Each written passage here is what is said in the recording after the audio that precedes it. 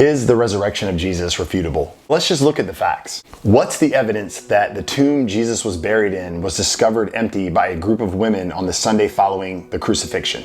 Well, first, the resurrection was preached in the same city where Jesus had been arrested, flogged, tortured, crucified, and buried in. The disciples did not go to some obscure place where no one had heard of Jesus to begin preaching about the resurrection. Instead, they began preaching in Jerusalem, the very city where Jesus died. They couldn't have done this if Jesus was still in the tomb. Second, remember the Jewish leaders who opposed Jesus? Matthew 28:11-15 says, the Roman guards came and told the Jewish leaders that the tomb was empty.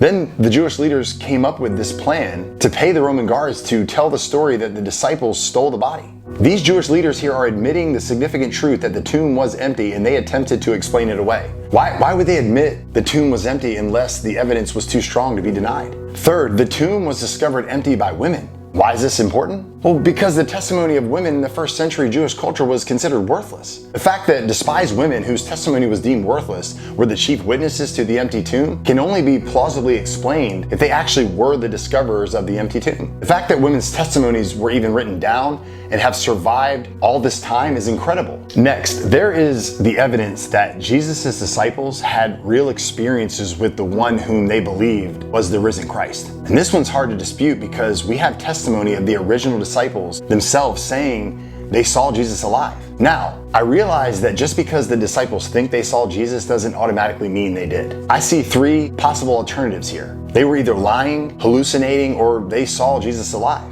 Which one of these is most likely?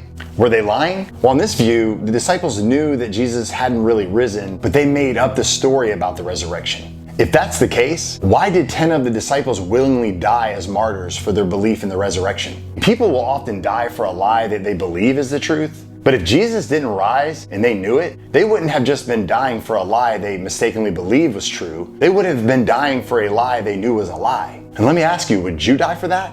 Were they hallucinating? Guys, the disciples record eating and drinking with Jesus, as well as touching him. This cannot be done with hallucinations. Second, it is highly unlikely that all of them would have had the same hallucination. Think about this. All 500 plus eyewitnesses hallucinated? Hallucinations are highly individual, not group projections. Furthermore, the hallucination theory cannot explain the conversion of Paul 3 years later. I mean, was Paul, the Christian killer, so hoping to see the resurrected Jesus that his mind invented the appearance as well? Since the disciples couldn't have been lying and they weren't hallucinating, we only have one possible explanation left. The disciples believed they had seen the risen Jesus because they really saw the risen Jesus. This is the compelling testimony of the truth of the resurrection of Jesus. Paul says, go ask these people who saw the resurrected Christ. There are not a handful of the self-deluded souls. There are literally hundreds who saw Jesus alive with their own eyes. They knew Jesus rose from death, and therefore we can know the same. So Christians, stop saying that Jesus lives because he lives in your hearts. He lives because he rose from death and sits at the right hand of God, and he's coming soon. And based on the evidence, we stand firmly on this claim, the claim that our faith hinges on.